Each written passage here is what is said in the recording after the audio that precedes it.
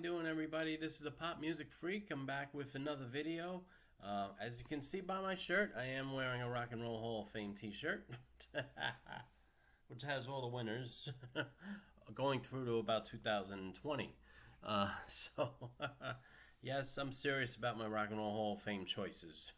Darn it. And I have 100 for you that should be in there that are not in there.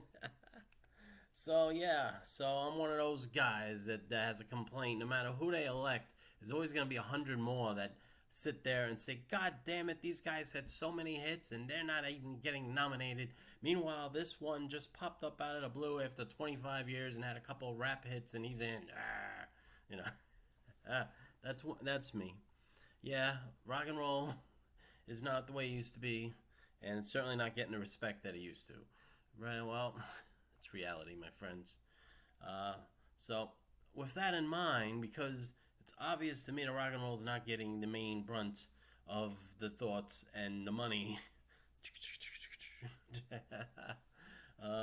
If you're not a pop star, if you didn't have 50 pop hits, you're not getting into Rock and Roll Hall of Fame. It's the way it's becoming. And we have to accept that pop is going to be the main vehicle going forward for this organization. Alright, so my picks probably reflect a lot of that because, yes, even though the lean is going towards pop acts, you have to realize there's a lot of acts that have been totally passed by that actually had a huge amount of success that are just not getting a sniff because either they're a little too soft for rock and roll or there's no guitars involved in their music, so they're getting passed. So what I'm doing here is I made this list, top 100 artists that I feel are most deserving to get into the Rock and Roll Hall of Fame, with a caveat, with a big if and an asterisk, if the focus is on pop success going forward and not so much rock and roll or soul, focus. I want to make that clear because I know what's going to happen. Some of these picks are going to be considered pretty much on the soft side of things, soft rock, even easy listening almost. And I know some people are going to criticize that. Well, just got to be realistic and say a lot of these acts are going to get in because they're popular, not so much because whether they rock hard or not. So you have to accept that, all right, as we do this. So I'm going to start with number 100. I know I always like to add in the one that's just missing my list because there's always somebody that just misses my list. Unfortunately, it is going to be Eddie Money. Eddie Money is number 101 on my list of the most snubbed artists for the Rock and Roll Hall of Fame. He definitely had a wonderful career in the 70s and 80s. He was a big star. He had many hits, and I enjoyed his work.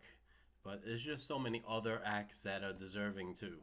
So there's always somebody's got to be number 101. That's just the way life is, right? All right, so let's keep going now. Number 100 on my list is The Fifth Dimension. Now, okay, there's a couple of groans already. Well, you have to realize a couple of things. First of all, this group won the Grammy for Record of the Year twice, which not many acts have done. They did it for Up, Up, and Away in 1967 and Aquarius Let the Sun Shine in 1969. They had some very huge amount of success on the pop and pop charts from 67 straight through to about 1972. And a lot of people feel that they are certainly an influence on a lot of acts that came afterwards. So that's something you have to realize. Even if it's the award or pop awards, rock and roll is rock and roll. I think the line between rock and roll and pop is very tiny now. It's a very thin line. And I think acts sort of this caliber deserve at least a nomination to be considered. Alright? Because there's going to be a few more like this coming up on the bottom part of the list. Number 99, I have John Denver. John Denver is another artist that had tremendous success in the 70s.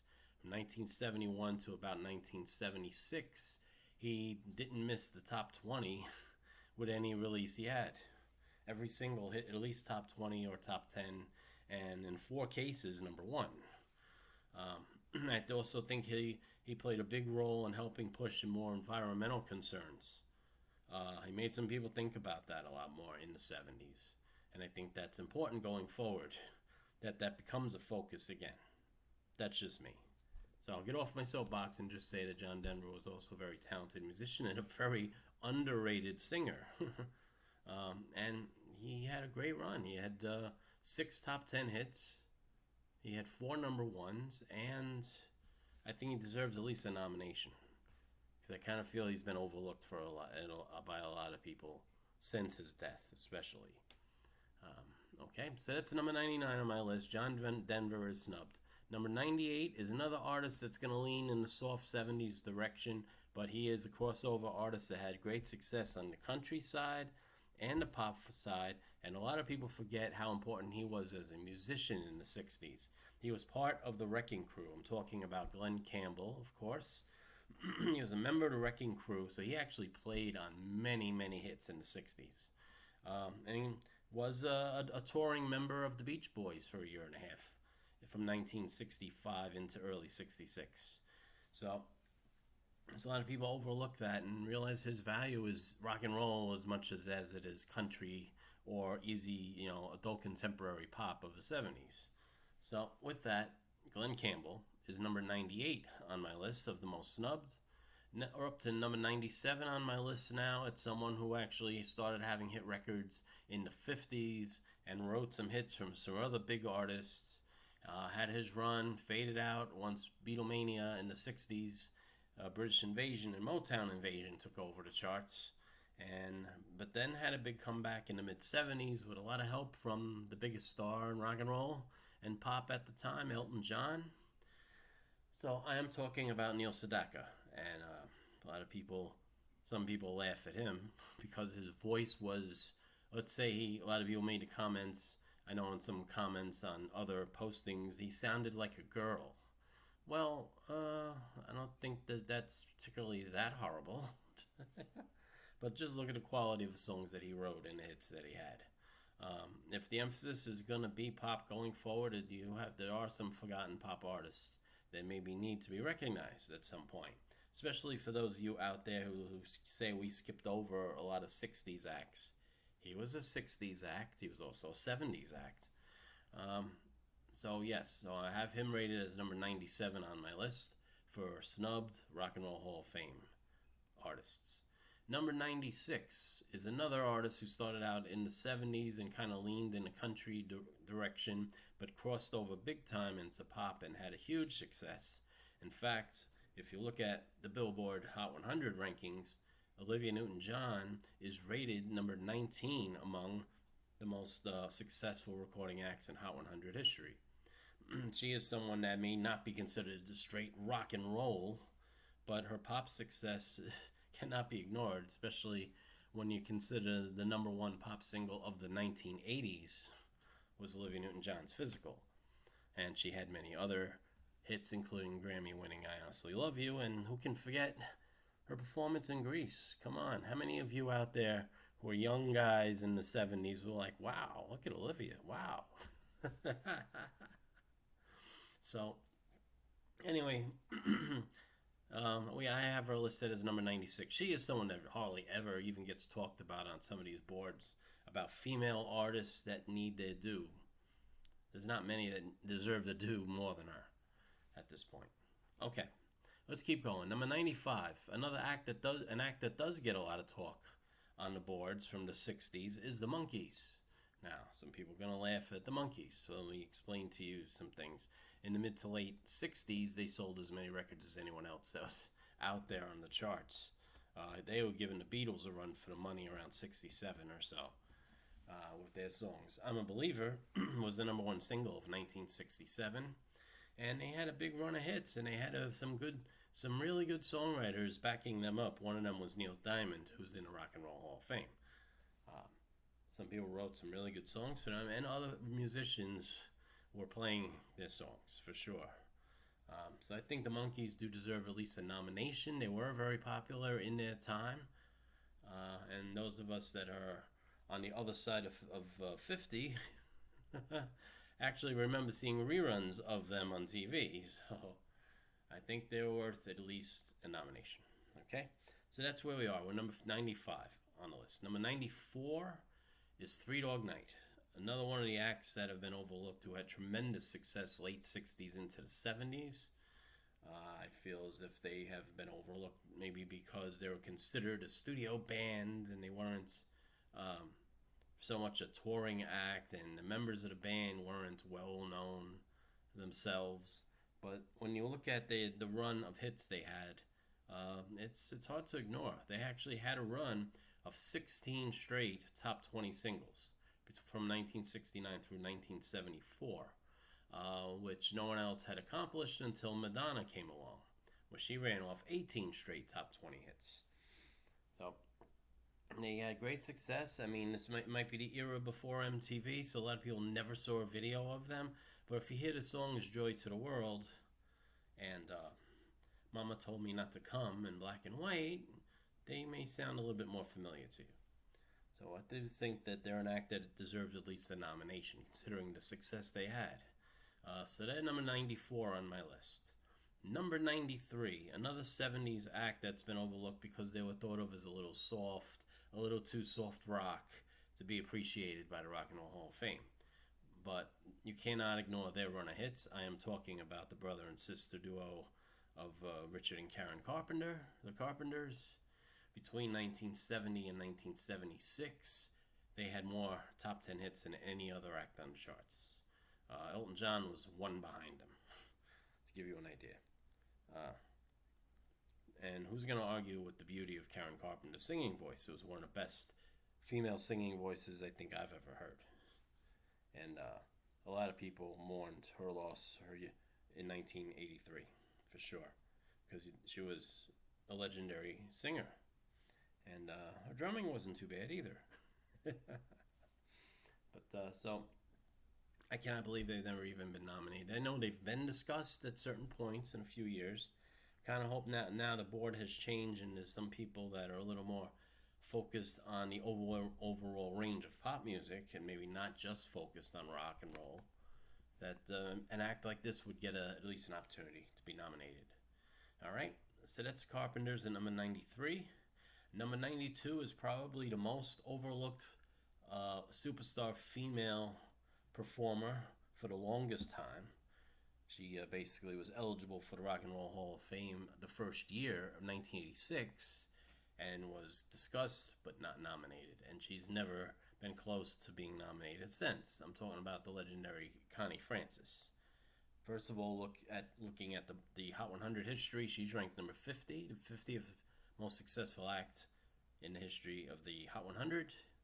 If you look at her track record of hits between 1958 and 1963, no female artist had more hits. Brenda Lee was close, but no one had more hits than Connie Francis. It's a sin that she has been overlooked. And if you look at the quality of the songwriters that wrote for her, including Neil Sedaka, I feel as if that she has been sadly overlooked. And even if she doesn't get in as voted in, early influence should definitely be considered, or even musical excellence, because she was a very, very successful, talented act that has been overlooked. So that's Connie Francis at number 92. Number 91, we're going back a little bit more back into the rock and roll with guitars direction now for the next several picks that I've made. Number 91 is Warren Zevon, a very influential and very popular songwriter back on the West Coast, very much a part of the California sound of the 70s. You ask anyone from the Eagles who's a fan of the Eagles or a fan of Linda Ronstadt, they know very well who Warren Zevon is. Very much not an artist that had many hit records, but he did have a couple albums that cannot be forgotten, especially Excitable Boy from 1978, Werewolves of London. Might have only been a number 21 hit on the pop charts, but it's considered a 70s classic for sure. I think Money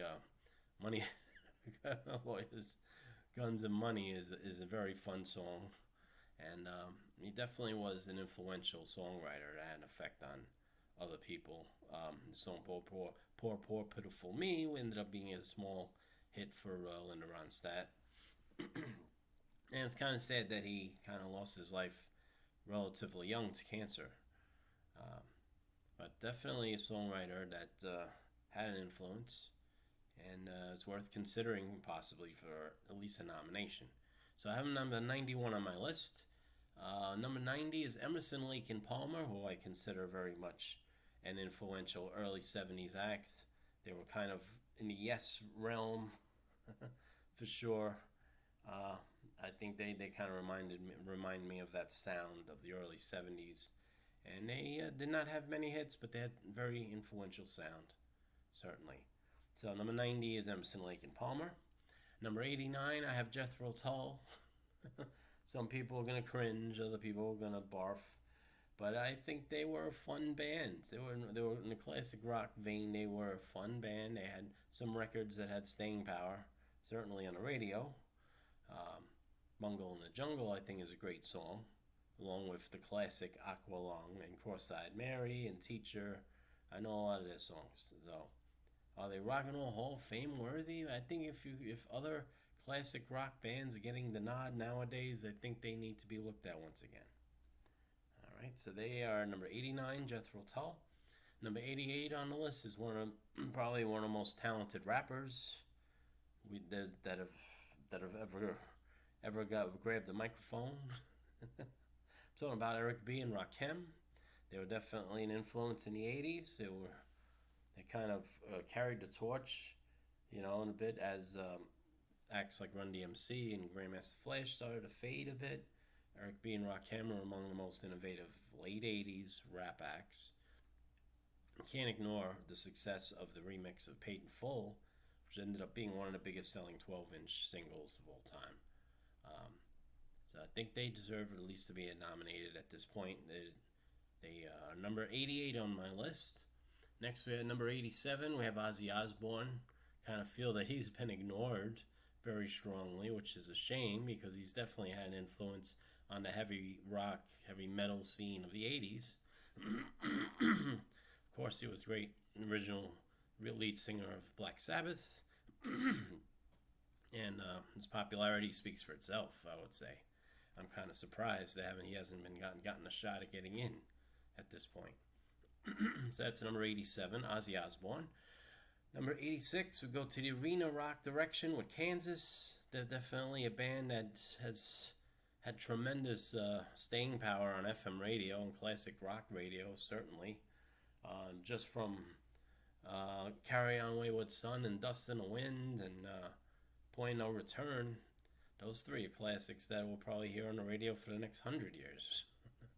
And I'm kind of surprised that they have never been nominated. It's one area of rock that's kind of been ignored that maybe they should need to focus on a little more at this point in time. That groups like that, 70s arena rock acts, haven't all had a fair shake, if you ask me, other than Journey.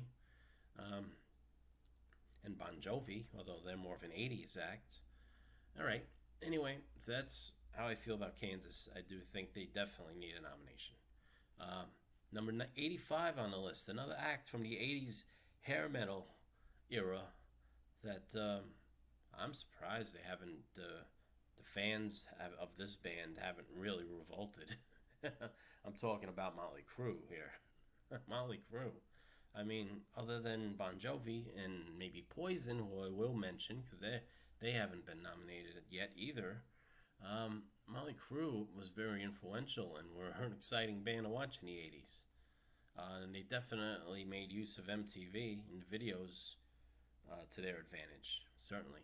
All right, so that's Motley Crue, number 85 on my list. Number 84 is another kind of arena rock band, talking about Supertramp, who maybe didn't have a huge amount of longevity, but they had 4 really solid albums, especially the classic album Breakfast in America in 1979. That really put them over the top, and especially in the USA. And I feel that they really were an innovative band in their own way. They kind of had a sound, reminded me, I guess, a little bit of Styx, maybe because of the keyboard sound. They may not have been heavy rock, maybe as balanced as much as like Styx with the guitar sound balancing Dennis DeYoung's piano playing. But we'll get into Styx as well, because I feel like they have not been nominated yet, which is a joke, considering the amount of success they had at their peak. So anyway, Supertramp's number 84. Number 83 is another band that's a classic rock staple that has shockingly not been given even close to a nomination. I'm talking now, that band is Bad Company, with a great lead singer in Paul Rogers, who definitely had an influence on the scene, and a band that Led Zeppelin was behind, supporting in a huge way, and pushing them and promoting them in their own way. And they had hits. They had hit records. They had three top five hits. Actually, they had two top 10 hits. But their albums were selling immensely in the mid-'70s. And they were one of the big bands. And how they've been falling through the cracks is beyond me. Alright, anyway. Next, number 82 on the list. One of the great songwriters of the R&B pop scene of the 80s into the 90s. That would be BABYFACE. If you look over the list of hits that he has written, you'd be amazed. You'd totally be amazed. I'm doing another bunch of videos on the top 100 songwriters of the Hot 100 era. You're going to see how big BABYFACE was in terms of a songwriter when we get to the last episode of that. But in the 90s run, he wrote many hits for many of the top R&B and pop acts. Tony Braxton and Boyz II Men and Whitney Houston and Mariah Carey all have him to thank for some of their success. So that's BABYFACE at number 82. Next, number 81, it's the B-52s. Another act that I'm like, I shake my head. I'm like, really? They weren't one of the most innovative new wave groups that have ever come along, and you guys are ignoring them for the Hall of Fame? What did they do wrong? I don't understand. I guess you don't have your own private Idaho. They were so influential that they made John Lennon want to get up and start recording again in 1980 when he heard their music. After maybe having just moderate success through most of the 80s, all of a sudden in 1989, Love Shack and Rome were smashes on the radio. You couldn't get them off the radio in 1989, 1990. So I don't get it. Some of them I just don't understand what's going on. Is somebody on the board really picking and choosing who they like and don't like? Maybe they have too much power. Oh, sorry. Sorry I said that. Oh, controversy. They're going to ban my video now. Alright, so that's B-52s. The 81 on the list. Probably should be higher, really. Now that I look it over. But anyway, we'll keep going because this is going to take an hour. So let me keep rolling here. Number 80, country legend Willie Nelson. Now, the people that don't like country music, who don't want country artists being nominated, that are mad about Dolly Parton getting in, are now going to say, "Oh no, here we go, Willie Nelson now. Who else are they gonna bring in that's not rock and roll?" You're gonna have to accept there's more to music than just rock and roll, and that's the way it's gonna be with this Hall of Fame. All right, I know I'm gonna keep saying that over and over, but it's the truth. I mean, Willie Nelson is an very influential act in more than just the country field. You ask a lot of pop artists, were they influenced at all by Willie Nelson? Ask John Mellencamp about it, or John Fogerty. All right. So anyway, that's number 80. Number 79 now. Now you notice I'm kind of changing genres here and there, but it's just showing the diversity of the music of the artists that are out there still. Number 79 is SADE, very much very popular 80s R&B act that main influence was more of jazz than anything else, and probably adult contemporary too. Sade had several hits in the 80s, and definitely her influences has left a mark on a lot of artists that came after, a lot of female singers. So Sade is number 79. I think she deserves a nomination at some point. Now, another act that I think some people are going to demand they get a nomination at some point, in terms of the female rap acts, is Salt-N-Pepa. Probably the most influential female rap group of the 80s. And they had some success that can't be ignored. They 8 songs definitely recorded some songs that made people think. Who else was singing about let's talk about sex? You know, they open eyes, they made people, they opened discussions. I'm sure there's a lot of people who have had a lot of discussions that were influenced by some of their songs. So I do believe Salt-N-Pepa deserves to be nominated and deserves to be in the Rock and Roll Hall of Fame. Okay. Number 77, we have Steppenwolf, another classic 60s band. They may not have had a lot of hits, but the hits they had definitely had a lot of staying power. Of course, Born to Be Wild and Magic Carpet Ride. Those songs are going to be with us for the next 500 years. Especially if you like classic rock. Steppenwolf, they've been nominated in the recent past. Definitely think they deserve another chance. All right. Number 76 is going to be another one of those artists that are going to pop up now because the country door is open, which is not necessarily a terrible thing, especially in the case of Shania Twain. I think her success is above and beyond country by far. I mean, when you consider Mutt Lange is her husband and producer and wrote some of her hits, I think, I can't think of her just as a country act, even though her hits were all over the country charts in the late 90s. I think her use of videos were outstanding, showed off more of her talent and her beauty, which isn't nothing wrong with that, in my opinion. And You Still the One was one of the biggest top 100 hits in the history of the Hot 100. And the album, her big album, is one of the biggest selling albums ever by a female artist. And still is. Selling almost 20 million copies. So, Shania Twain deserves a nomination. I think there's a chance she may get in. I do. Alright, next we have Luther Vandross, R&B legend. Great singer, great performer, great writer, wrote hits for other great performers, and did help out a lot of other artists.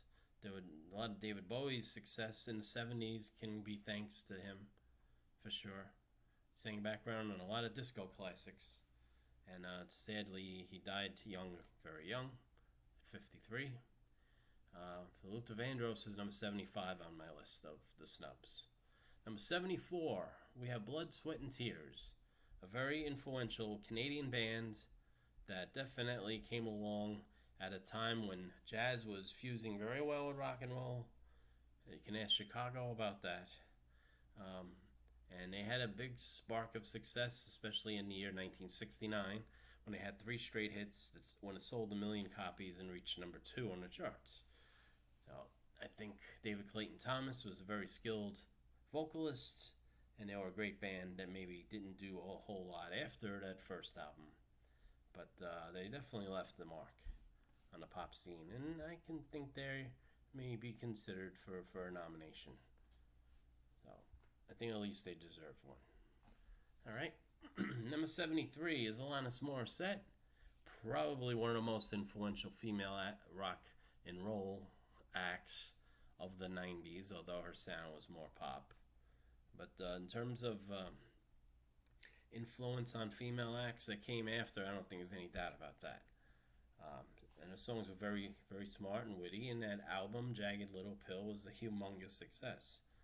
Sometimes one huge album can carry you through a career. In her case, I think that is the truth. So, Alanis Morissette is number 73 on my list of the biggest rock hall snubs. Number 72 is another female act that was influential in the 90s, and I think they've had enough hits to at least be considered at some point. That group is In Vogue. In 1990, they popped up with the hit Hold On, and they had a few more hits, You're Never Gonna Get It, and Free Your Mind, and they may have fizzled out towards the end of the 90s, but I think that even those few hits were big enough to have a lasting mark on the music scene. And I think In Vogue, if you want to focus on getting successful female acts into the whole Rock and Roll Hall of Fame, I think they're one act that you should consider. All right.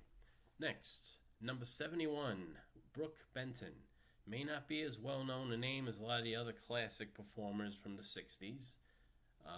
into the beginning of the 70s, but Brook Benton was a highly successful R&B singer and had a total of 48 Hot 100 hits in his career. He never hit number one, but he hit the top five times. And I kind of have a huge liking to his song. The song that would be his last major hit, A Rainy Night in Georgia in 1970. That's a personal favorite of mine. I just think that's a beautiful record. And his voice just carried that tune very well. So he may not be well remembered, but among the classic R&B performers of the 60s, I think Brook Benton's been overlooked and deserves a nomination at some point, or could be another one of those early influence inductees. Okay. Next, number 70 is Meatloaf. Now, I'm not just saying he belongs maybe because he just passed away in the last few months, but it's sad and it's a shame that he'll never see himself be nominated or elected in his lifetime. Yes, it's true, his career was mostly a one album, Bat Out of Hell, but is there anyone that wasn't influenced by that album in some way? Or anyone who didn't find love of at least one song on that record? Paradise by the Dashboard Light is worth the price of admission, as far as I'm concerned. And 2 Out of 3 Ain't Bad was an amazing hit. So was the title track. It was a great record. It took the words right out of my mouth. All revved up with no place to go. Just an amazing album. And his amazing accomplishment of maybe fading away and then coming back in 1993, 15 or 16 years later, and boom, 5 weeks at number one, I Would Do Anything for Love. And that album wasn't too bad. Excuse me. I mean, he's not an act he didn't have 20 huge albums, but the 2 or 3 that he had left their mark. And his work on Broadway and his work in movies, and very versatile performer, not just singer, performer. I think Meatloaf has always been overlooked a little bit, maybe because he didn't have a truckload of hits. But what he did was very powerful and is going to leave its mark forever. So Meatloaf is number 70 on my snub list. Now, number 69. An act that hasn't been totally snubbed. They've been nominated a few times and just haven't gotten in. But I think they're a little bit better than what they've been given credit for. I'm talking about the group, the J. Geils Band. Now, in the early 80s, a lot of us caught them at the tail end, at the very end of their run with Centerfold and Freeze Frame. And then on the album before, Love Stinks and Come Back. But they were a very good act for a decade. They just didn't have the huge hit record until the end. You know, then they finally did it with the Freeze Frame album, and then Peter Wolf left to go solo and had like 2 hits, and that was the end for him. But they were a good act. They kind of fit in the role of the 70s. You know, they were right in there at the times. There's other acts that maybe had more hits for a longer period of time, but I think they deserve to be reconsidered for another nomination at some point, hopefully soon. All right. Number 68, Jan and Dean, another overlooked act that may have been way overshadowed by the Beach Boys, because they played very similar type of music at the same exact time. But they had some hits. They had the Little Old Lady from Pasadena, Dead Man's Curve. They had some other hits. And I feel they were overlooked and maybe deserve another nomination. Shut my phone off. Pardon me. All right. Next, number 67, The Guess Who. One of the great Canadian bands of the late 60s, early 70s. Had several big hits. They had These Eyes and American Woman and No Time and Share the Land and Hand Me Down World. They had more than a couple of hits. They had a good solid run into the 70s. Even Clap for the Wolfman. Might have been a novelty type of tune, but it showed that they had a little bit of longevity. They were around till the mid-70s, until Randy Bachman left and started Bachman Turner Overdrive. Then the sound kind of changed, and they kind of faded out. The Guess Who faded out. And Bachman Turner Overdrive had a couple of really good albums. I think The Guess Who is probably the more viable candidate for the Rock and Roll Hall of Fame, just that they had more hits. And Burton Cummings was really an underrated singer, for sure. So I think they deserve to be nominated at some point. in our lives. They're number 67 on my snub list. Next, number 66, Snoop Dogg. Hello, who's deciding the pecking order on the rappers getting into the Rock and Roll Hall of Fame? I want to know, because I feel like Snoop Dogg's turn has been skipped. I don't know. I mean, unless the argument is who they put up next, him or Dr. Dre, or do they put in the next newest act that's eligible, you know? Next year is Missy Elliott. We gonna put Missy Elliott ahead of them? What's the plan, guys? Let me know. But Snoop Dogg is, come on, man. Snoop Dogg. He gets in for fame, I think, more than his actual number of hits. But come on, this is the time, you know. You guys want to build up that part of it and have that fan base really be into the Hall of Fame. You got to put Snoop Dogg in. But, you know, I know they don't want to nominate 5 of them in the same year because then the vote's going to get split. I understand how that works. Well, let's see what happens. But he's been eligible since 2018, so he's due. Okay, Snoop Dogg. Next, number 65, I have Robert Palmer on my list. I feel like he's been overlooked among the British rock and roll acts of the 70s into the 80s. Obviously, a lot of us know him from the song Addicted to Love and Simply Irresistible and, you know, I Didn't Mean to Turn You On, you know, and he had several hits, but he had hits a decade before that. He had Every Kind of People and Bad Case of Loving You and Johnny and Mary and all these tunes. You know, people that were following the early MTV days know his work. And then, of course, there's the Power Station, which was a huge success for teaming up with a couple of members of Duran Duran and Tony Thompson, who was with Chic. So, and it's sad that Robert Palmer's gone, died of a heart attack several years ago. But looking at the numbers and the number of hits he's had, I feel he deserves a nomination. I'm surprised they haven't gotten to him yet. Anyway, next, number 64, another 80s, big-time 80s MTV act, Billy Idol. Billy Idol, come on, where is he?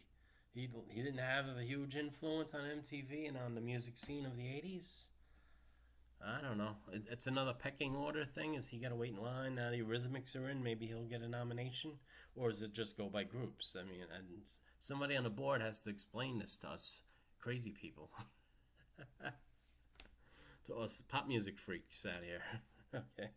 So, yeah, Billy Idol, I think definitely deserves the nomination. It's a joke that he hasn't been nominated yet.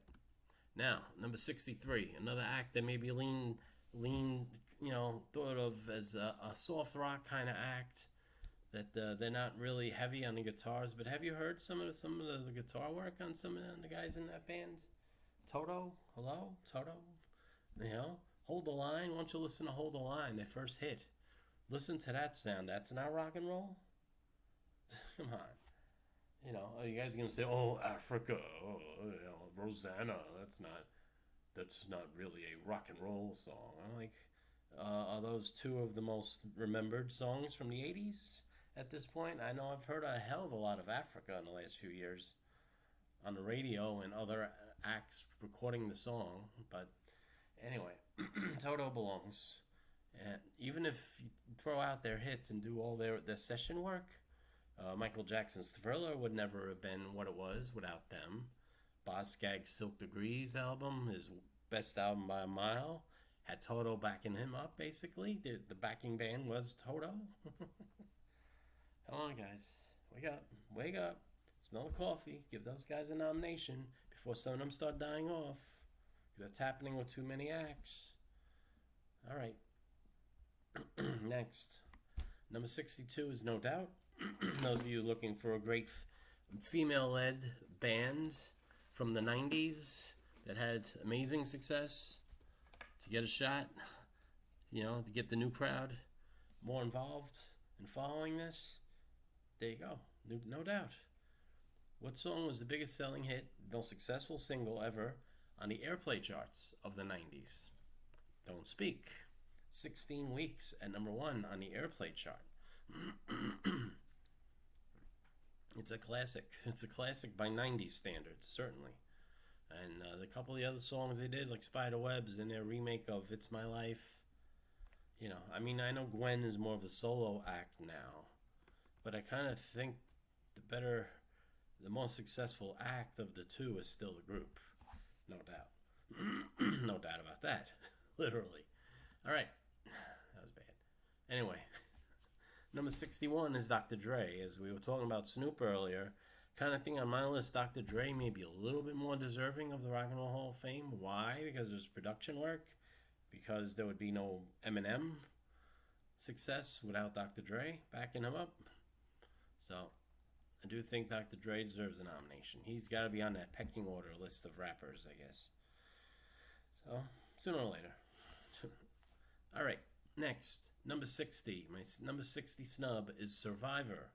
Some people are going to laugh and snicker, or Survivor, or I Had a Tiger. Yeah, laugh at I Had a Tiger, but it was the number 2 song of 1982. And is there anything that's stuck in our minds from that year more than that song? Nope. And they had all the hits. They had all the hits. It wasn't just I Had a Tiger. I laughed. Some people, the one-hit wonder. No, they weren't a one-hit wonder. They had American Heartbeat to follow up, which hit the top 20. The next album in 1984, when they brought in a new lead singer, because the original lead singer had hurt his throat. The next album had 4 hits on it. The next album after that was the Rocky 4 with Burning Heart, which was another million-selling single that hit number 2 on the charts. And they had a couple more hits going into the late 80s. So they were not a one-hit wonder band. You know, I just kind of think they have enough of a track record to be considered. At least consider them, even if you don't nominate them. Sit there and say, what is the value of Survivor? Is it a high enough value? Did they have enough hits to be considered? Just give them that. That's all I ask. All right. Next, speaking of 80s and movies, we got Ray Parker Jr. at number 59 among the snubs. Never mind his songs. They're Ghostbusters. Yeah, you know. Who you gonna call? But he did a lot of work as a session musician also in the early 70s. He did some work for Stevie Wonder. And who's playing the guitar on Rufus's hit, You Got the Love? Who's playing that outstanding guitar lick on that song? Ray Parker Jr. And then it was radio. He had his hits, Jack and Jill, and You Can't Change That, and A Woman Needs Love, and then he had his solo hits. So he's had his share, done his share, I feel. That he should at least be considered. I know he's not going to be first in line. There's a lot of R&B acts, just R&B acts in the 80s that haven't been given a chance yet. Kool and the Gang. We'll get to Kool and the Gang. So I do think that they're ahead on the line, ahead of him. But at some point, I think he deserves to be considered. All right. Number 58. When we continue the run of 80s movie song artists, number 58 is Kenny Loggins, and no one's performed on more soundtracks, I think, than him. You got Caddyshack. I'm Alright from Caddyshack. Top Gun, of course. Danger Zone was a big number 2 hit from that album. And you got Meet Me Halfway was from another album, another movie. And, that little thing called Footloose. Oh. Which was the biggest hit of all for him, of course. Yeah, just a movie guy. But he also was part of Loggins and Messina a decade earlier and had some hits. And I think he's done a lot. People underestimate what his accomplishments as an artist, or don't take him seriously because it's all movie songs. Like that makes them, not as important. Kenny Loggins, he should be in the Rock and Roll Hall of Fame. It's a joke already with him. All right. Next, now we revert back to the 90s. We got Mary J. Blige at number 57 on my list. Yes, she's been nominated a couple of times and did not get the votes.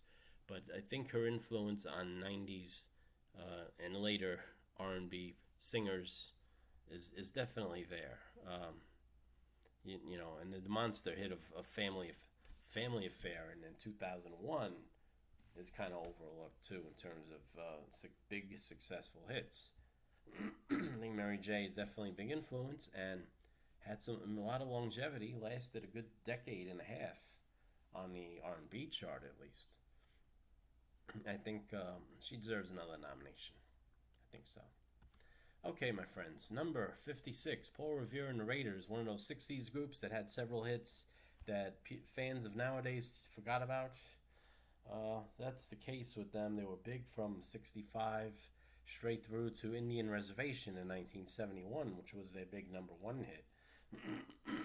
I think they're one of those 60s groups that deserves an opportunity, like Herman's Hermits or Tommy James and the Shondells, which is coming up. Number 55 is Barry White. Barry White, hello. I think disco owes a big nod to Barry White and his success. I mean, he's one of the few artists that hit #1 as himself and with another act at the same time. He recorded his albums, and he would record the Love Unlimited Orchestra album, and then come back and do his album, which was something that a lot of artists didn't do back then, and at least didn't do it and had the success that he had. The maestro. He's the maestro. And another artist that we lost too soon. It's a shame that he'll never get that kind of glory of being in the Rock and Roll Hall of Fame. I think he deserves it at some point. All right. Next, number 54, we have Culture Club, Boy George and Company. Some people may not take him as seriously as other acts from the 80s, like Duran Duran, who's getting into the Hall of Fame this year. But Culture Club was hit for hit with them for a couple of years, and everybody else on the charts. I think Boy George had his share of problems in his life, but that music was as good as anyone's at that time. And I think they deserve a nomination. If they want to revisit the 80s, especially the people on the board that are connected to MTV, that's one of the acts you need to look at. Okay, number 53 is Styx. Yeah, arena act from the 70s into the early 80s, weren't taken seriously years ago. But now, all of a sudden, because there's a shortage of really good 70s acts that we can elect, an act like Styx may finally get some notice. And I think their versatility as a band needs to be considered as well. He had a pretty good keyboardist in Dennis DeYoung. He was great with his ballads. And you had Tommy Shaw and James Young, who were kick-butt guitar players. They were underrated in their time. So I think they need to at least get a nomination at some point. If we're going to start looking at Kansas and REO Speedwagon, you got to look at Styx. Next, Johnny Rivers, an act from the 60s that has been overlooked.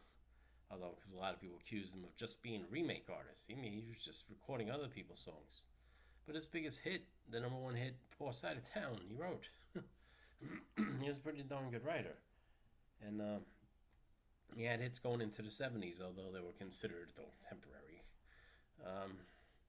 Johnny Rivers was an important act.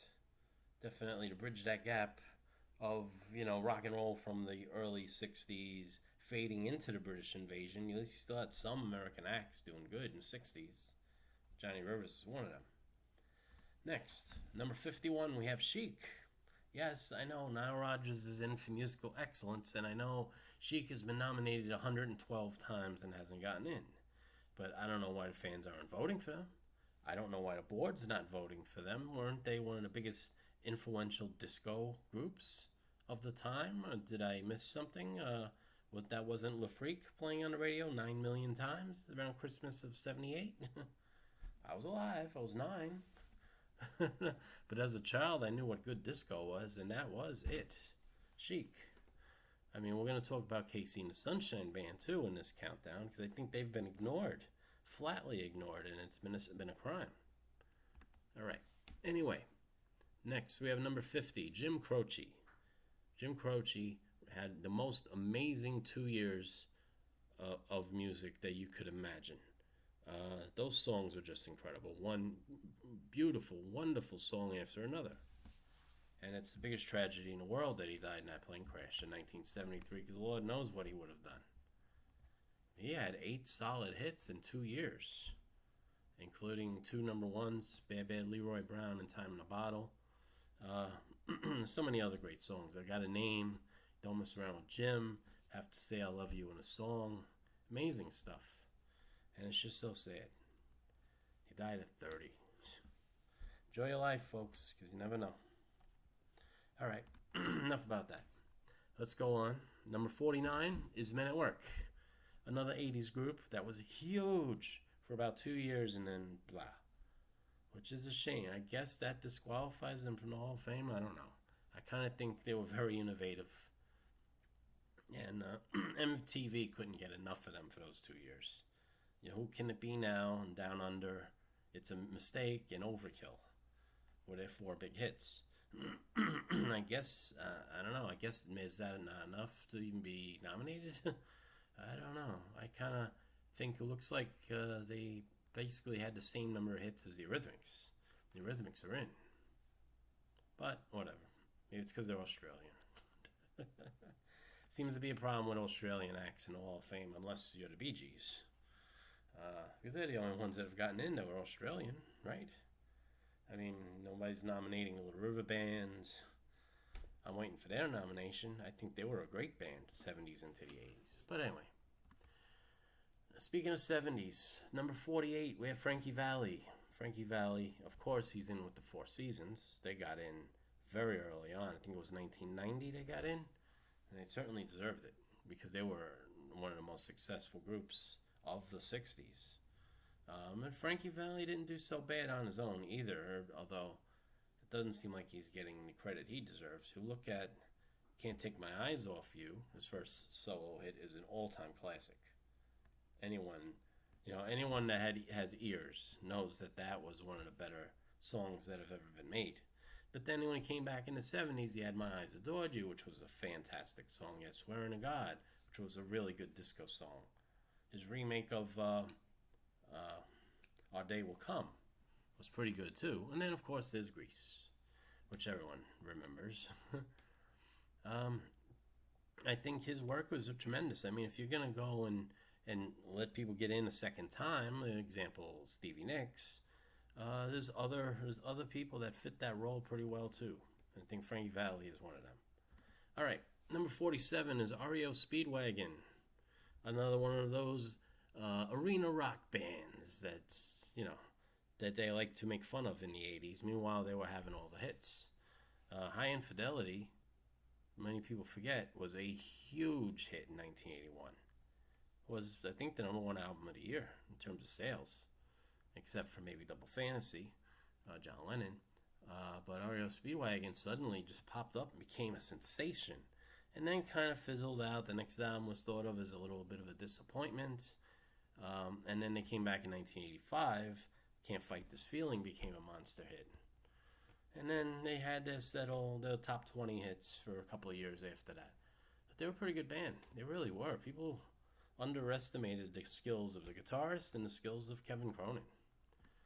But anyway, is that enough to get them nominated? I think if you're going to consider Styx and Kansas, it's the same boat with REO Speedwagon. All right, let's keep this going here. I'm at 53 minutes already. I think some of you have fallen asleep. But number 46 is The Association, which was a very successful mid-60s band. Never My Love and Cherish and Windy. Everything That Touches You, Along Comes Mary. Those are 5 really good 60s songs. And I think they were a skilled, great sounding band. They might have gone in the soft rock direction, but I think they were a good soft rock band. And maybe they need a nomination. Number 45, we have B.J. Thomas. Yes, he leaned country. Yes, he leaned soft rock.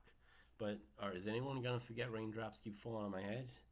Is anyone ever going to forget that song? No.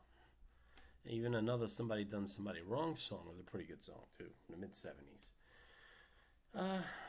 Yeah, I mean, if we're going to go in the softer direction, he's an artist that needs to be considered. That's just how I feel. Next, number 44, Grand Funk Railroad. I know people have been yelling and screaming about them for 20 years, about when are they getting their nomination.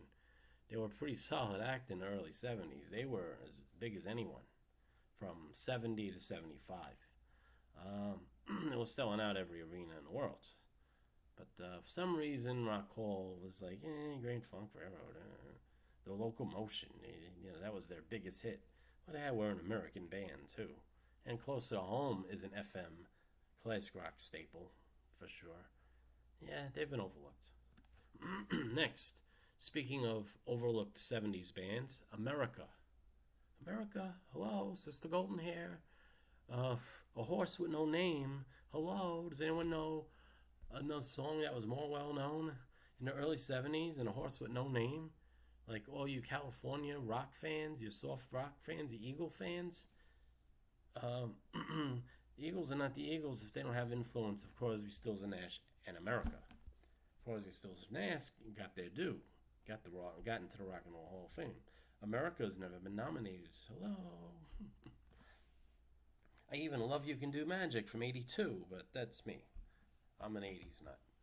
Next, number 42, we have the Bangles. One of the great female bands of the 80s. I think they rank right there with the Go-Go's in terms of success. They even actually had a couple more hits than the Go-Go's had. They were a really good band. I mean, hello, Manic Monday, Eternal Flames. Yeah, it's a ballad. Oh my God. Oh, it's not rock. Yeah, but they were pretty huge for about 4 years there. I think Bangles deserve a nomination. Sooner rather than later. Next, number 41, Petula Clark. Yes, those of you younger than 60, look it up. Petula Clark was huge from 65 to 68. Huge. Every song hit the top 10 virtually. She's been horribly ignored. Not even close to a nomination. It's just sad. Who else? I mean, in that time period, were there anyone else in the 60s, the British invasion time, that was putting out hit after hit, and of female artists? No, there was no one. Except her. Nominate her before she passes, will you please? Next, number 40, Tommy James and the Shondells.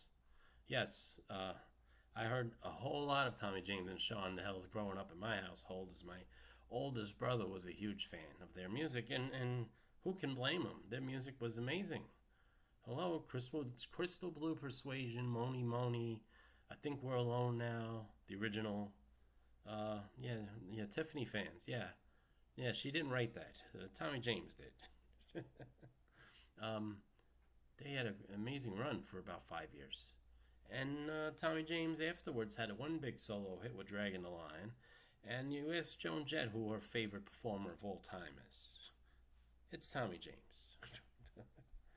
Give the guy a nomination, And those of you that are still trying to reach out for what's left of the 60s, yeah, reach for him. Okay, number 39, we have the Commodores. Yes, I know Lionel Richie just got in for his solo career, but that's for his solo career. He wrote 9 number 1 hits 9 years in a row with a number 1 hit. But the rest of his band was pretty darn good too. And their run in the 70s was up there with any other big R&B group at the time.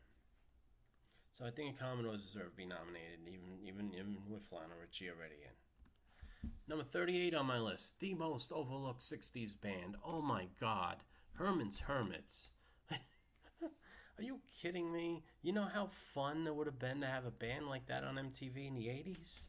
With the songs that they were doing, I Am Henry VIII, I Am.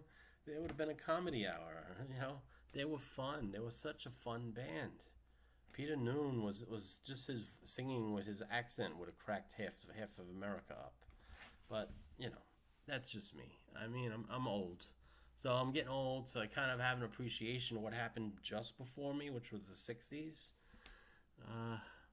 Herman's Hermits, and they had such a run. They were right there at the Beatles in 65 and 66. Hit after hit.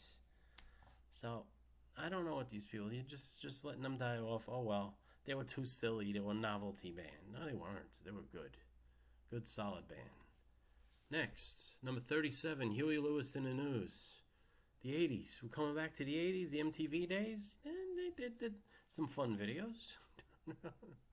They were a good band too. I mean, look at the run, just the 2 albums, Sports and 4. Between the 2, they hit the top 10 times. Just between those 2 albums. And then, of course, you have Power of Love from everyone's favorite movie from 1985, Back to the Future. They were good for a while. I mean, they're not taken as seriously as other bands at the time. They weren't Journey.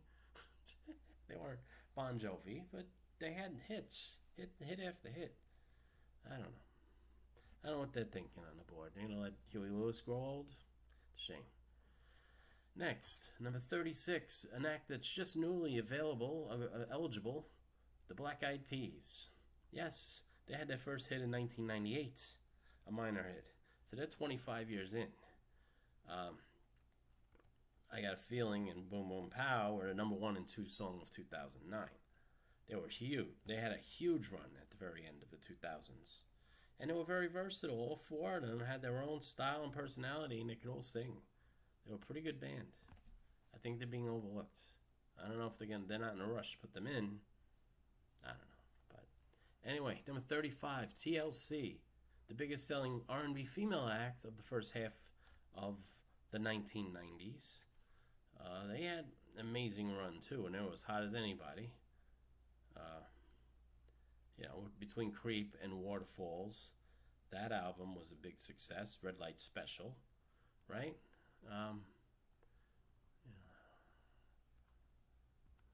So I don't know. I mean, they're only available. They've only been eligible for a couple of years at this point. I mean, I guess they feel like there's no huge rush. But if you have a list of female acts that deserve a shot because of the level of success they had, that's one of those bands. You know, they're certainly not Scrubs. Oh, see what they did there? Anyway, speaking of 90s acts, we have P. Diddy at number 34 on my list. He is eligible for the first time this year, coming up for 2023. Excuse me. Just being a producer and being an entrepreneur and promoting acts, he had a huge impact on everything. And of course, B.I.G., he was a person that really opened the door for B.I.G. to begin to have the success he had. Sadly, it was cut short, very short. But P. Diddy was a good man. I think he's the only artist that used 4 different names and had at least one hit record. He used 4 different names: Puff Daddy, P. Diddy, Diddy. But anyway, next, number 33, I have KC and the Sunshine Band. If we're going to talk about disco acts that have not gotten any play at all in terms of nominations or anything, or any talk about the Rock and Roll Hall of Fame, I mean, next to Chic, what other group is there that did more to make disco be disco than KC and the Sunshine Band? Had 5 number 1 hits. I don't know what they're waiting for. I mean, I knew Donna Summer was going to be first in the pecking order of disco, and now Chic is supposed to be second, and then they got Nile Rodgers in for musical excellence. So wouldn't it now be KC and the Sunshine Band's turn? You know? I don't know what they're waiting for. Next, number 32, we have Usher. Speaking of 90s acts that they're putting on hold that should not be put on hold, did you know that Usher had 9 number 1 pop singles? He had 14 top 5 hits in his run from 97 to about 2010. He is rated among the most successful recording acts in Hot 100 history. He's someone that deserves an opportunity. Don't make him wait 10 years for a nomination. It's ridiculous. Next, number 31, Iron Maiden, going back to rock and roll. Now, I didn't forget about rock completely. You know, even though I only know 2 songs by them, to be honest with you. Run to the Hills and 6 Minutes to Midnight. I know those 2 songs. I mean, I was listening to rock a bit in my teenage years. They deserve to get in. I mean, maybe now with Judas Priest in there, maybe that clears a way for them. We'll see. Hope so. I do hope so. Next, number 30, Missy Elliott.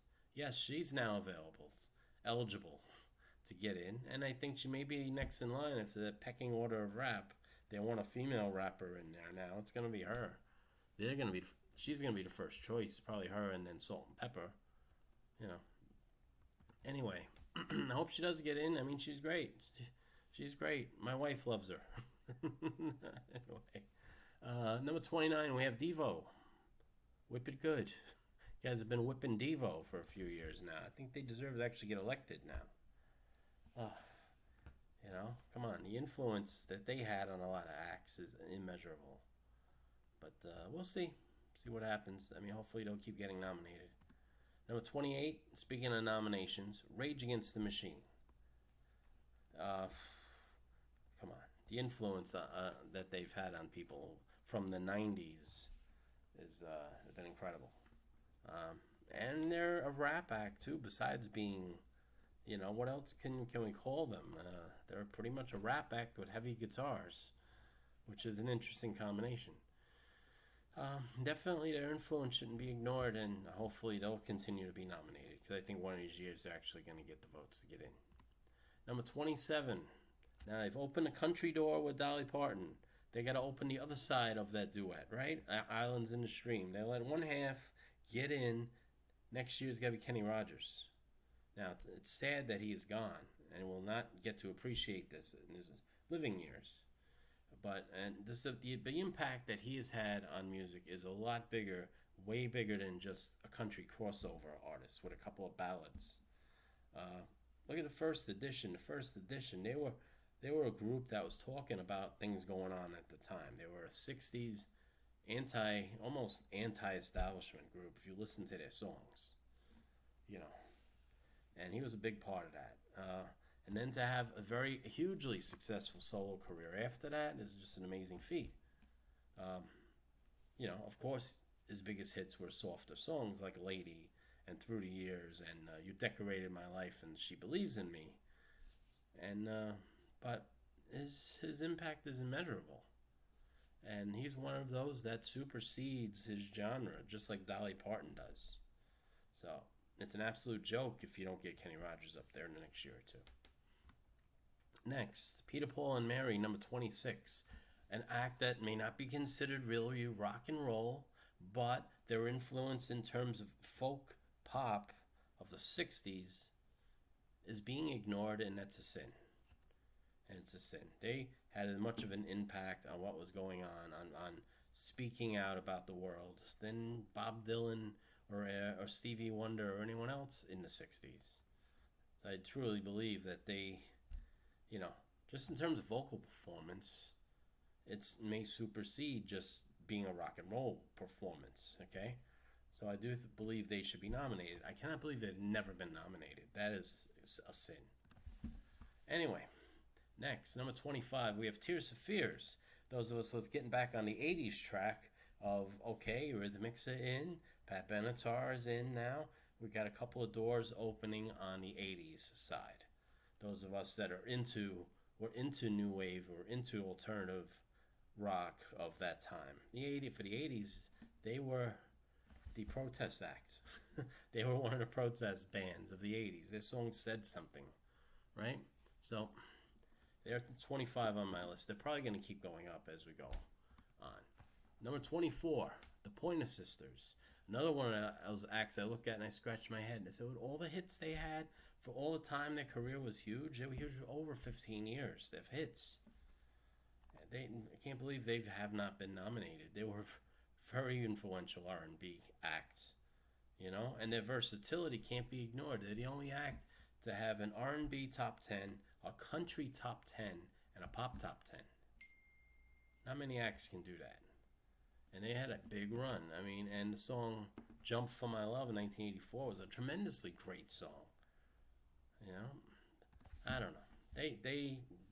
They're being robbed of an opportunity, I feel. Next, number 23, we have Boston. Boston, what can I say about Boston that hasn't already been said by all the classic rock fans? The debut album is one of the greatest debut albums anyone's ever done, ever. Yes, they didn't record a lot of albums, but they were each one was a masterpiece. I think Don't Look Back is a great album that has been so overlooked by the first album. And then they come back in 1986, go to MCA Records because of all the squabbles and lawsuits and all the crap that happened. And they go there and they put out an amazing record. Amanda is one of the best songs I've heard in the 80s. We're Ready. And that whole album was amazing. I loved it. Those 3 albums, I could listen to them back to back for an infinity and enjoy them. That's me. I think it's a joke that they're not nominated. They have had a big influence on classic rock. Excuse me. Number 22, we're up to another solo act that is already in with his band, but has done enough as a solo act to be considered for his own work. I'm talking about Sting. Sting has always been an amazing musician, amazing writer, and the work he's done on his own is just about as good as it was with the Police, even though the Police were a fantastic band. But Sting's done alright on his own. And I think he's popular enough, and he's still alive, and he's still around. He's still someone that people know about. I think it'll be a good time for him to get a shot at getting in. All right, number 21. We have Soundgarden on the list. Soundgarden was a great 90s band that deserves a note of, a note of respect and gratitude for what they've contributed. I mean, just to get into what the singer accomplished was amazing. It was one of the amazing singers of the last probably 30 years, indeed. Soundgarden, I mean, Black Hole Sun, to me, is a classic grungy rock 90s song, and should always be thought of that way.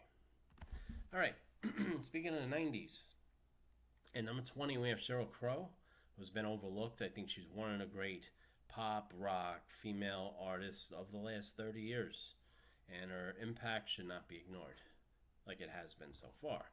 I understand that she's only been eligible for the Hall of Fame for about 4 years now, but I think she's due. She's due to get a notice, at least a nomination. All right, next, another 90s act, the Smashing Pumpkins at number 19. Great band.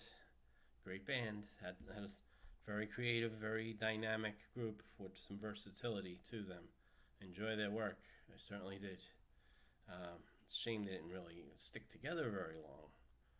But I think they're worth a note. And maybe a few years before they actually get a nomination, though. Because they probably got to wait in line behind some other 90s acts. But they'll get to them. Number 18, Cyndi Lauper.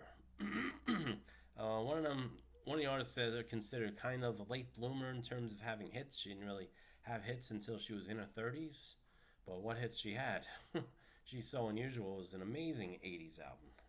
And not just for girls who just want to have fun, although I think that is a fun, happy tune that kind of fit in well with the time period. But the rest of those songs are amazing. Time After Time is an amazing song. So is All Through the Night. And She Bop is... She Bop is She Bop. One of the fun little tunes to listen to in your teenage years. Especially when you're a teenage boy trying to figure out what's going on with these girls around him. All right. Anyway, but I think she deserves a nomination. If you're going to go down the track of the 80s artists, I think they get to her eventually. All right. Number 17, another act that deserves acknowledgement of his solo work besides of all the other groups he worked with. We're talking about Steve Winwood. Had a couple really great albums in the 80s, especially Back in the High Life again. But don't forget that song, While You See a Chance. And the song Valerie was actually recorded in 82. Didn't do anything on the charts the first time, but later on, after he really popped up and became a hero of MTV, in 86 and 87 and 88 would roll with it, Valerie got its due as a hit itself. And I think he definitely, he paid a nod to the past with some of his music, especially Roll With It. That was a 60s song, basically. And he should be nominated. It's before he gets too old, another one of those. Number 16, we have Poison, another hair metal band from the 80s who had a good, very solid run. May not have been taken as seriously as other bands, but their success couldn't be ignored, certainly. All right, number 15, we have War. Very versatile, funky, R&B, disco sounding band that had some fun, goofy songs, but they also played some serious music. They did. That definitely influenced a lot of people. Listen to City Country City if you ever get a chance on the War Is a Ghetto album. Good stuff. All right, next, number 14, the Spinners. Another group that was immensely popular in the 70s and had one huge smash after another. But I kind of feel they belong in the Rock and Roll Hall of Fame. I think they definitely fit into that era where you had the OJs tremendous success. And then you had a couple other softer R&B bands, R&B groups. You had the Chai Lights and the Stylistics. Especially, I love Stylistics. I think they were number 102 on my list of snubs. But Spinners are a big snub. I mean, they were huge. They were huge in the 70s, going into 1980. I think their impact has largely hasn't been appreciated the way it should be. All right. Number 13, Dionne Warwick. Yes, she's been nominated finally last year, and her accomplishments speak for themselves in terms of the songs that she sang, the Hal David, Burt Bacharach songs, a big comeback in the 70s with Then Came You, a duet with the Spinners, and then switched over to Arista Records in 79, and then had a big run of hits through the early part of the 80s, capped off with That's What Friends Are For, 1985. Some people say, charity song. It was an amazing record and an amazing success for her and Elton John and Gladys Knight and Stevie Wonder. She should be taken seriously for Rock and Roll Hall of Fame. I think so. If you're going to look at some other people who may not be using guitars so heavily, I think she needs to get her due, for sure. Number 12 on my list is the Smiths, an 80s new wave band from England. May not have had much success here in the USA, but their impact was certainly been felt. And you hear their sound in other groups that came along after. So I think if we're on this 80s vein right now and we're looking at new wave, we're considering some of these acts, Smiths need to be considered. Next, Diana Ross at number 11. Diana Ross, she had 6 number ones in her solo career. She's not just the supreme singer, okay? And when you talk about the divas who have come along, they all nod their head to Diana Ross. You can't ignore that. She was brought style to the music scene, like very few have. I think her music definitely has had an impact on everyone that's come along after, especially the female R&B singer. Next, we're in the top 10, my top 10 snubs. Number 10 is Destiny's Child. Beyonce, I think it's almost a guarantee that they get in next year. A lot of people are not talking about them for next year yet, but they're eligible. And I think with Jay-Z in there, Jay-Z's involved, probably knows is a mover and shaker among that board. I think that they'll be nudging Destiny's Child in there, because they did have great success for a few years. Huge success. So, as in terms of females that are definitely influenced the diva side of things, number 9 is no exception to that rule. That is Cher. Cher. Think about this. Her first hit record with Sonny, I Got You Babe, was in the summer of 1965. And her impact, she still has an impact on the music scene all the way up to today. Even though her last huge record was Believe in 1999, it's a song and a sound that had an effect on the scene. It was the beginning of definitely a change in the way songs being sung, being recorded in a way. It was innovative in that way. And I think that's a part of the game that is ignored by a lot of people. And but I think her influence is definitely out there, and I think a lot of people strive to have careers half as long as hers. So I think Rock and Roll Hall of Fame is the place that she belongs, especially if the emphasis is on catching up with getting the female artists in that deserve to be in. I think she does. Next, number 8, Kool and the Gang. Great R&B band of the 70s and the 80s. Longevity and many, many hits. Kind of been overlooked. Seems like 70s R&B bands have not gotten the credit they deserve for the influence they've had on the music scene. Kool and the Gang is definitely one of those bands. And it's shocking that they've never been nominated. They have been eligible since, I think it's 1995. Yeah, the first hits were in 1970. I think it's time, folks. Next, number 7, Foreigner. One of my big snubs. one of my big choices. This probably should be higher than number 7. How many hits does a band have to get a nod? How many records does a band have to sell? 80 million's not enough? It's crazy. It's just crazy. Next, number 6. Continuing on that vein, how many number 1 hits do you have to have? 19 is not enough to get a nomination? Have rated one of the 5 greatest female singing voices of all time is not enough to get a nomination? Mariah Carey, yeah, she don't play a guitar. Sorry. But listen to that voice. Listen to that voice. Yes, she's a diva. She's rubbed people the wrong way in the music industry for 30 years plus. But you can't deny the talent. You can't deny the success. It's just a crime. It's a crime. Mariah Carey deserves a nomination for the Rock and Roll Hall of Fame. Next, In Excess, 80s bands. All right, the Eurythmics are in.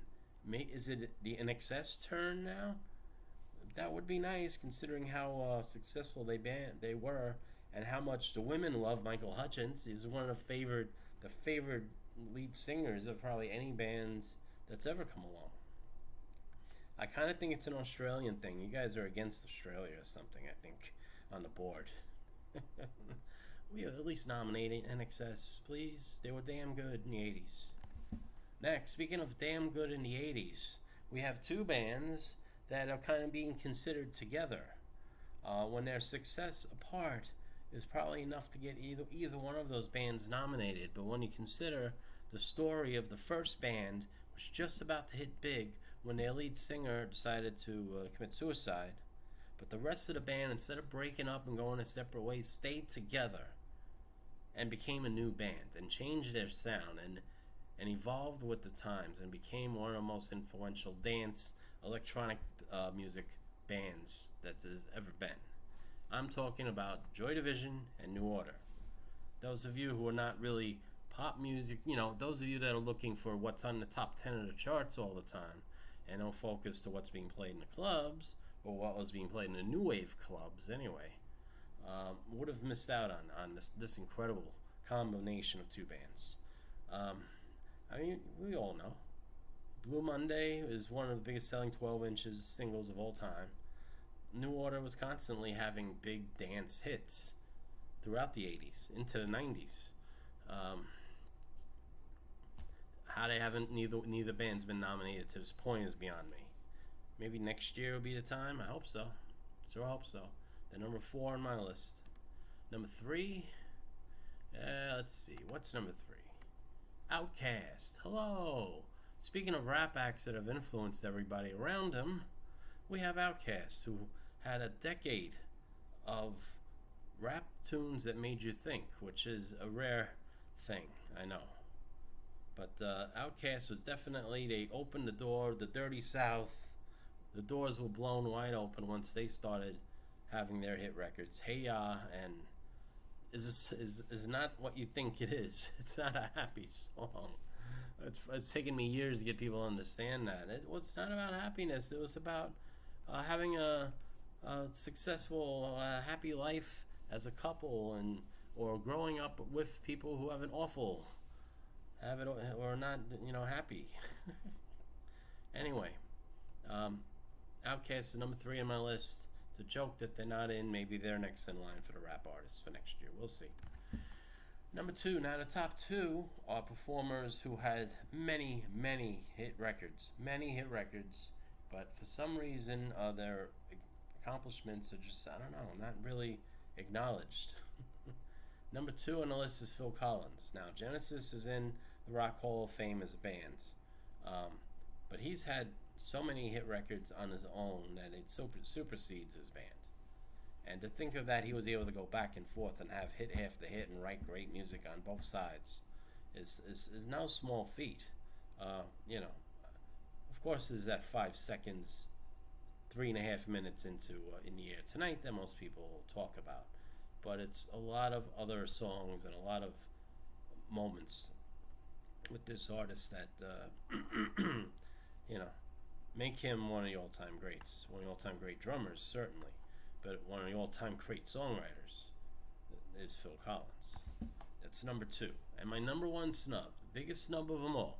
I am so annoyed that he is not around anymore to enjoy when he finally gets the honor he truthfully deserves.